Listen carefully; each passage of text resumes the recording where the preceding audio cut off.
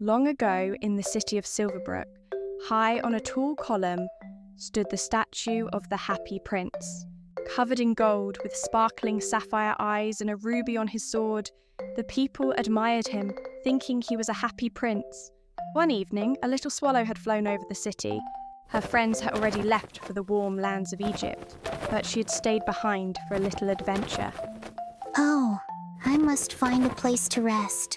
That golden statue looks like a fine spot. The swallow had fluttered down and rested on Prince's boots. But as she was closing her eyes, a soft voice had spoken. Little swallow, will you stay with me for a moment? Who? Who is speaking to me? It is I, the Happy Prince. But actually, I am not as happy as I seem. The swallow had looked up at the prince in wonder. But you are covered in gold. You have sapphire eyes and a ruby in your sword. You must be happy. No, little bird. From up here, I had seen the suffering of my people. A mother had sat in a cold room, watching her sick child, with no food to eat. A young man was struggling to write in the cold, his hands too numb to hold the pen.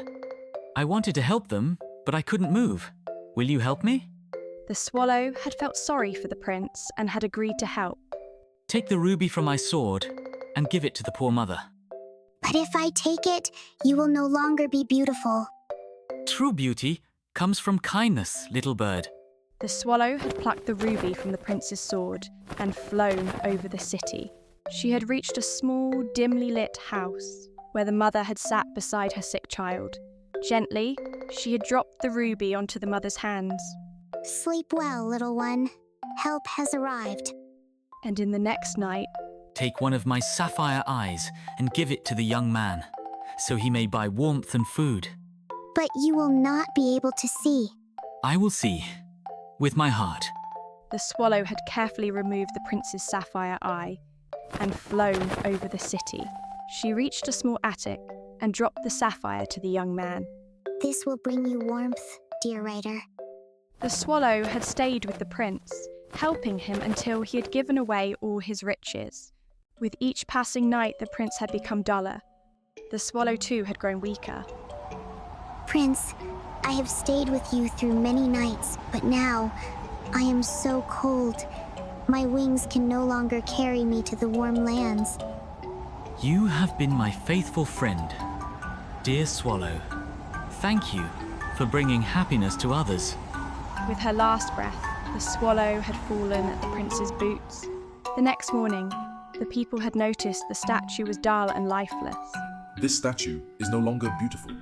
It does not shine like before. It has become useless. Take it down. They had decided to take it down. Yet, as the statue had crumbled, something wondrous had happened. Bring me the most precious things in Silverbrook.